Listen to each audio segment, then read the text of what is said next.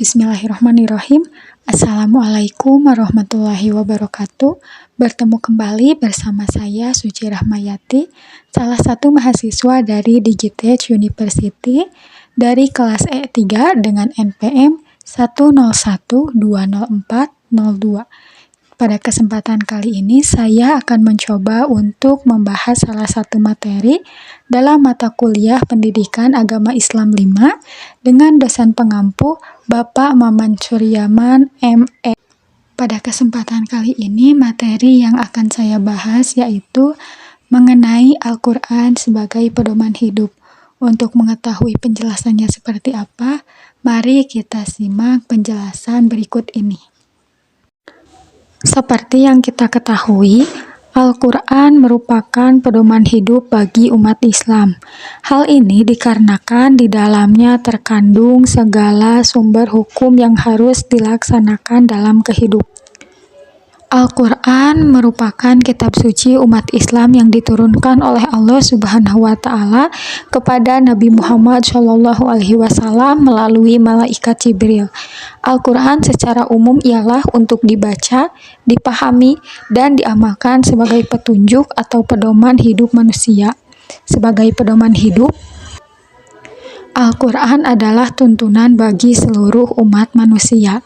Tuntunan adalah tuntunan agama atau hukum Islam, yaitu aturan yang mengatur dunia dan keselamatan hidup di masa yang akan datang, yang merupakan arah jalan yang lurus. Al-Quran yang diturunkan oleh Allah Subhanahu wa Ta'ala merupakan petunjuk dan pedoman untuk manusia. Hal itu karena Al-Quran memiliki nilai-nilai pedoman, petunjuk, dan kemuliaan pada zatnya yang kesemua itu harus dipelihara dan dijaga dengan baik. Seseorang tidak boleh melupakan Al-Quran, apalagi membelakanginya atau meninggalkannya. Al-Quran mengandung beberapa hakikat seperti kalamullah, mukjizat, diturunkan kepada hati Nabi, disampaikan secara mutawatir, dan membacanya adalah ibadah. Selanjutnya yaitu ada fungsi Al-Quran dalam kehidupan. Fungsi yang pertama yaitu petunjuk atau al-huda. Al-Quran menjadi petunjuk bagi manusia secara umum, petunjuk bagi orang-orang yang bertakwa, dan petunjuk bagi orang-orang yang beriman. Fungsi yang kedua yaitu pemisah atau al-furqan. Al-Quran memisahkan antara yang hak dan yang batil, atau antara yang benar dan yang salah. Fungsi yang ketiga yaitu sebagai obat atau asyifa. Al-Quran dapat menjadi obat penawar jiwa yang gelisah, pikiran yang tak menentu, dan jasmani yang kurang sehat. Kemudian fungsi yang terakhir yaitu pengajaran atau mau'izan, yaitu Al-Quran memberikan pengajaran tentang apa yang seharusnya dilakukan atau apa yang tidak boleh dilakukan oleh manusia.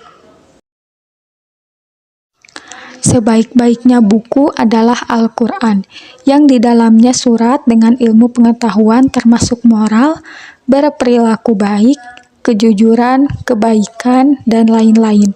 Membaca Al-Quran dapat mempengaruhi jiwa dan pikiran agar selalu menjadi tenang. Seorang muslim yang tidak pernah membaca Al-Quran sama saja dengan seperti tubuh tidak sedang berbusana. Sungguh sangat memalukan dan tidak perlu ditiru karena Allah Subhanahu wa Ta'ala tidak akan menyukainya.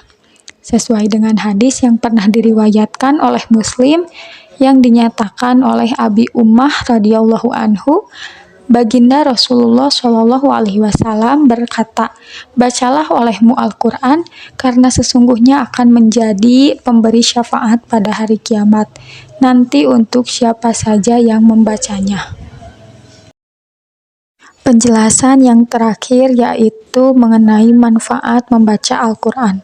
Untuk manfaat yang pertama, yaitu mendapatkan pahala dan kebaikan. Manfaat yang kedua, meningkatkan derajat di sisi Allah. Manfaat yang ketiga, memperoleh rahmat dan perlindungan. Kemudian yang keempat, memberikan syafaat pada hari kiamat. Yang kelima, menjadi manusia yang berperilaku mulia. Yang keenam, ketentraman dan ketenangan hati. Yang ketujuh, dapat menjadi penyembuh penyakit lahir dan batin. Kemudian yang terakhir, memberikan manfaat kepada kedua orang tua pada hari kiamat. Sekian penjelasan yang dapat saya sampaikan. Mohon maaf apabila ada kesalahan. Semoga apa yang disampaikan dapat menjadi ilmu dan manfaat baik untuk saya sendiri maupun orang lain. Terima kasih. Wassalamualaikum warahmatullahi wabarakatuh.